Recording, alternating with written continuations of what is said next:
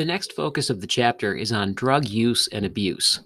It's worth saying at the beginning of this that no single chapter of any textbook could be the final statement on all of these things, although there are some useful guidelines that get mentioned here, and I'll do my best to make sure to discuss those here.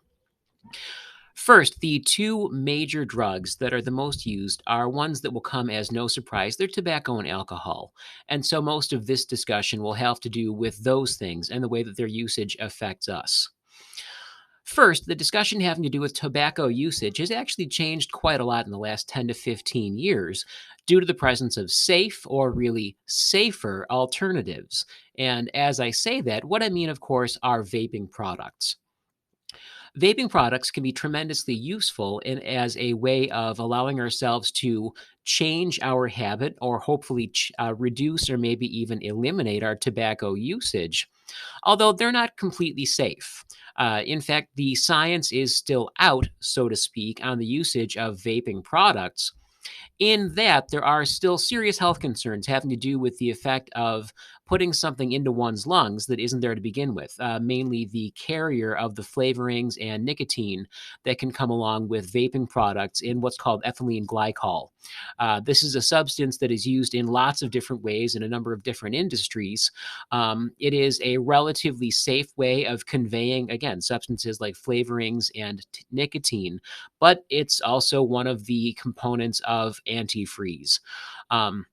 So, whichever of those things that we think about, again, we have a substance that isn't normally in one's lungs, and there isn't clear science yet on exactly what the effect of it is when introduced to one's lungs over a long period of time, but it is probably not positive.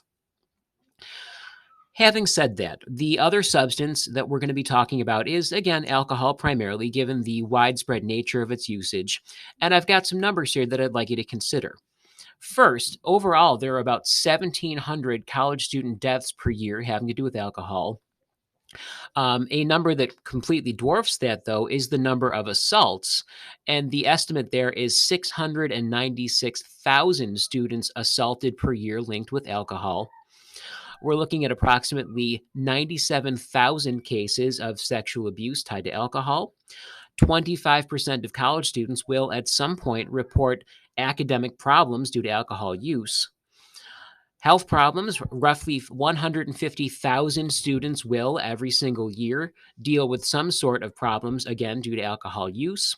And finally, for overall dependence, we're looking at 31% having abused it and 6% becoming dependent on alcohol usage at some point in their college career. Now, for the question of what are some signs that you're drinking too much or too often, rather than listing all the possible signs, and there are quite a few of them, consider the fact that overall the best evidence of drinking disrupting the other aspects of life is the best evidence that you're drinking too much. Right? Really, alcohol usage should be restricted to after you've done doing everything you have to do.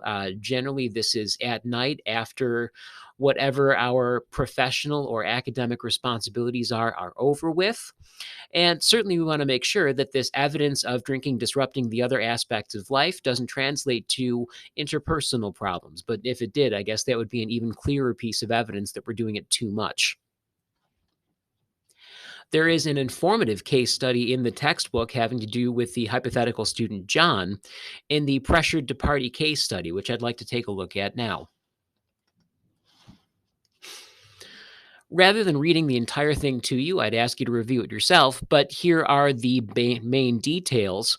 We have John, who is just starting in college. He's decided to pledge a fraternity and finds himself surprised by all of the alcohol use that he sees, particularly even that alcohol use that the people who are in charge, who should be monitoring such things, tend to look away from or don't pay attention to.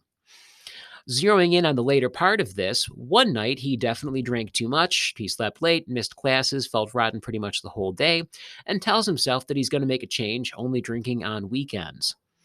But only one day goes by before some of the older fraternity brothers, quote, interrupted his studying again and stuck a beer in his hand. He didn't know what to do. So take a second, and I would like you to reflect on the three questions for reflection we have here.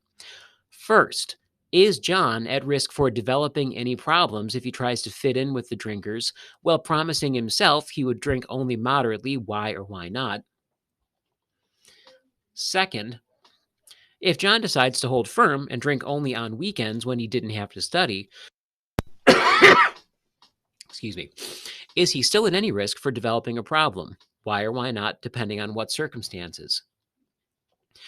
Lastly, if John decides to tell his fraternity brothers that he does not want to drink, what should he say or do if they continue to pressure him? I'd like you to pause this video, take a moment, and either answer in writing these three questions or at least reflect on them well enough to arrive at an answer for each.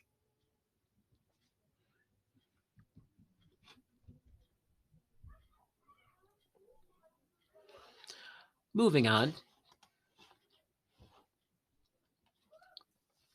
Next, I'm going to point you to another resource in the textbook here rather than read every single little bit myself. We have on document page 370, I'm sorry, on print page 370, document page 378, a table called Common Prescription and Illegal Drugs on Campuses. And this is truly impactful in the way that it lays out all of the possible adverse effects and even common overdose effects of some substances, which on the one hand can be pretty common, and other ones which we don't see as much, but it's still useful to know what the possible adverse effects are. The table goes all the way from anabolic steroids through things like heroin, Ritalin, that's the ADHD drug, other amphetamines, ecstasy, marijuana, and even LSD. Please give it a look. I don't know what your lives are like outside of school, and you do with your personal time what you do. It's really none of my business. If nothing else, the takeaway from this chart is that there are risks involved with all of these substances. And if we decide to use said substances, clearly we have to be careful. Clearly, we have to make sure that we're doing that in a way that is safe. And that means that if any of these adverse effects should happen, we are able to seek help. Hopefully we won't suffer from the usage of any of these substances should we decide to do so. But again, all of the information in the table is there as a way of either dissuading you from using them entirely or at least helping you to make sure you understand the risks.